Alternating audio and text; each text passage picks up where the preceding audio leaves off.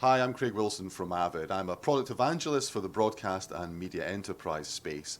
And here at IBC at 2019, we're going to take a look at the MediaCentral Publisher app. So MediaCentral Publisher, powered by WildMocha, is a new tool that we have inside MediaCentral Cloud UX, which is our browser-based tool for accessing any of our Avid systems, our newsroom system, our video system, graphics system, even our archive. And what MediaCentral Publisher offers us is a fantastic new way to publish content to social media really, really quick. It's super, super quick, very, very efficient. So let's go ahead and take a look. So here inside MediaCentral Cloud UX, you see here that the MediaCentral Publisher app is just another app on the fast bar at the top. Okay, so I can access it without having to step into any other programs. It's all just right here. And so here I've got a post that I'm going to prepare for delivery to social media. Now, if I just want to do something super, super quick, all I need to go in is apply a template. So I could have templates here for 16:9. We can now do square video. We can also do vertical video as well, all within the same app. But just to show you some of the functionality, I won't apply a template here. I'll just show you some of the things that we can do. So for example, I could go in and I could add a pre-roll. So here I could add a pre-roll. This of course could be station branding. It could be commercials that you want to add. I can go in and I can add a fade in and a fade out. And I can also then set what the duration is and also what color we're fading to. So let's put in a 1 second fade coming from black. So once I've done that, I can do the same for audio. I can actually add in an audio fade in as well. So again, here we'll go in and we'll just mark that for 2 seconds. Now, I also have the ability to add graphics. So here you can see I have this option for dynamic overlays. This then gives me the ability to select different types of graphics that I want to add. So for example, here I can put in a top left graphic and then I can fill out some information. So this is the fire story. And in here I can put in a second line. And this of course is from IBC 2019. And that's going to animate some graphics on. So I can add the graphics and I can then also, if I go back and play the clip, what I'll see now is I can get a preview. So there is my pre-roll that I've added in, there is the fade in, and there is the graphic appearing as well. So I get a nice preview of what that graphic is going to be.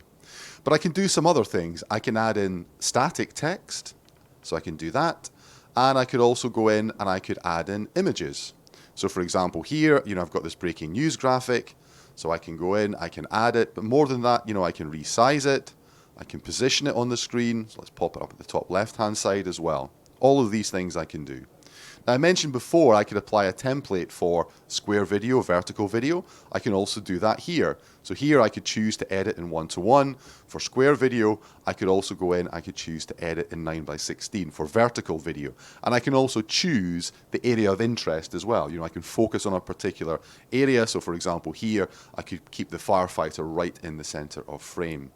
Now the other functionality that we also have here now is I could also go in and I could add and edit subtitles. So if I want to edit subtitles, a lot of us travel these days. We've got all of our news on our mobile phones. Maybe we don't have the sound on. I can also go in and I can add subtitles, all within the same tool. I can import subtitles into here. I can also export subtitles out from here as well.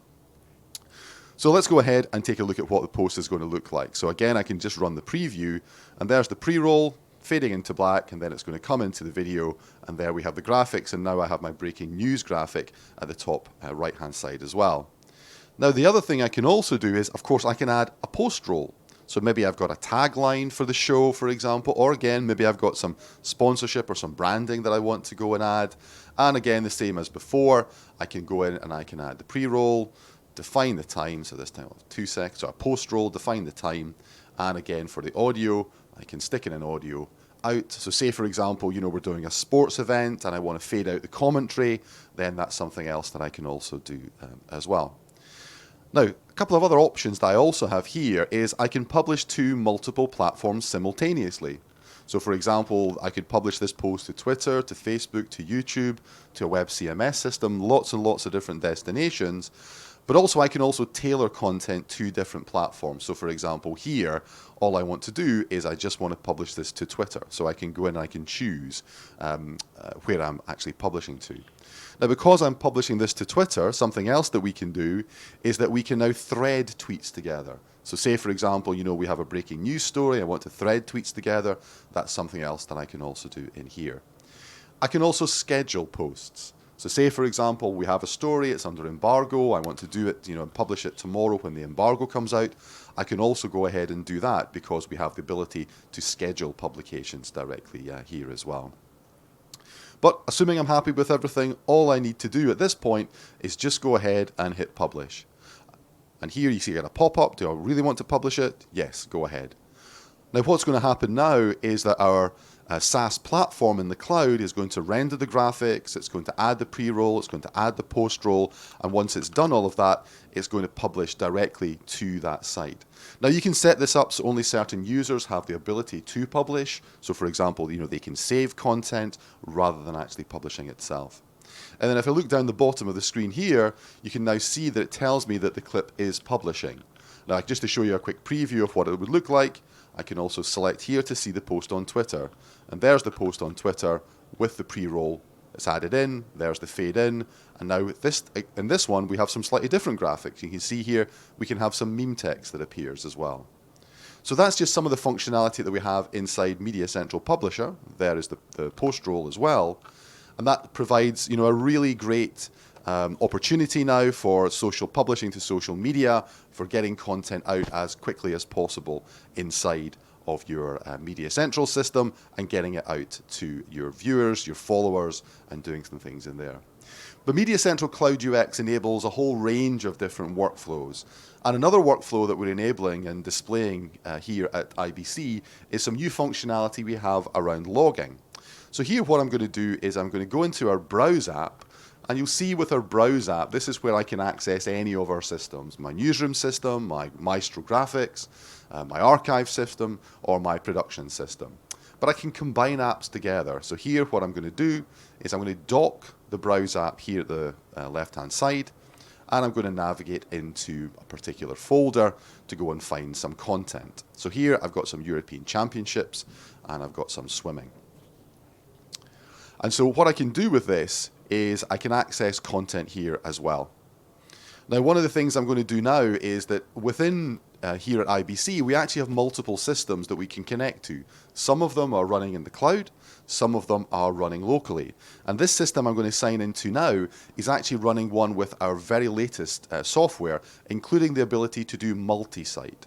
So let me just make this full screen and talk you through a bit more of the log app here. So again, as I mentioned, I'm going to dock the Browse app.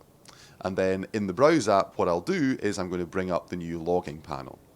Now, as an administrator, I would be able to go in and I can create a template. So if I navigate here, you see there's a swimming template that I've created. I can edit that template, just click on the button here, and what you can see is that we've added some new fields. So the log app was introduced in our release in July, and it's now going to be extended in a release coming out in a couple of weeks' time. So for example, here I have a free text field, I can add some buttons, I can add a drop down, but now we can also add number fields, we can add in a rating, and now we can also add in a score field as well. So this is some of the new functionality that we have directly inside MediaCentral Cloud UX for the log app. So if I now go in and find some video for me to use, we can have a quick look at just some of the functionality. So if I go into the media folder, we then have some sports folders in here, and this is where I can begin to see some of the content. So for example, this one here is the swimming. So of course in MediaCentral Cloud UX, I have the integrated video player, so I can have a look at what we're doing here. Now I've got some other functionality. So as a user, of course, I would not have access to create the templates, but of course I can use the templates. So I'm going to go into my sports events area here, and here we're running in Suite 1. And inside there, I'm going to create what's called an event. And so my event is going to be IBC 2019. And I then get the option of creating what's called a session, and this is where I can access the templates. So I hit save, and now I can go in and I can create my session. So the session is going to be this swimming, of course. Now I can choose multiple different templates. Okay, so for example here we've got ones for football, we've got ones for interviews. Let me choose the swimming template. And this time, go ahead and save. And so now what you can see I have some event actions, I have a list of competitors, I have the race rating, I've got the distance, the heat number, the event list, all of these things.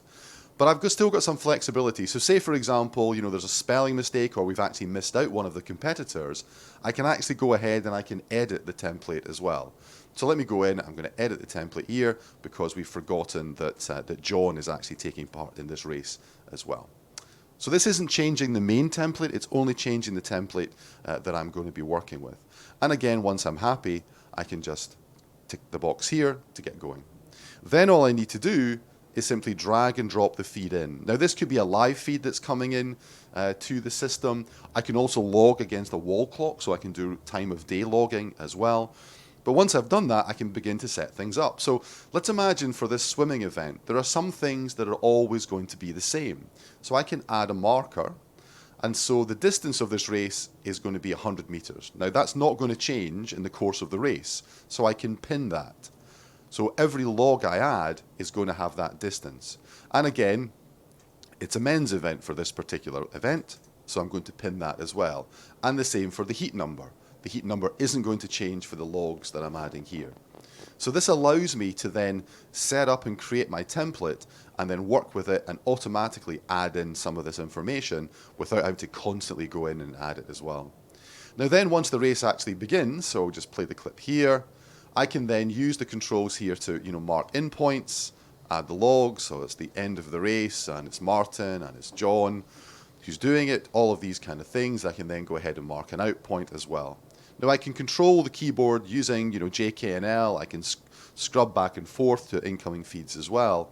But then the other thing I would also be able to do, of course, is I can search against any of this content, I can find the content, and then I can use it to then edit into my timeline as well. So that's just some of the functionality that we have inside MediaCentral Publisher, enabling super fast workflows for social media, and now the MediaCentral Log app, enabling a defined vocabulary, ways that we can log, and again help all of the teams work and collaborate more closely together. And that really is what MediaCentral Cloud UX is all about. So please come down and see us at IBC 2019. We're here to show you all of the great solutions from Avid on the Avid stand.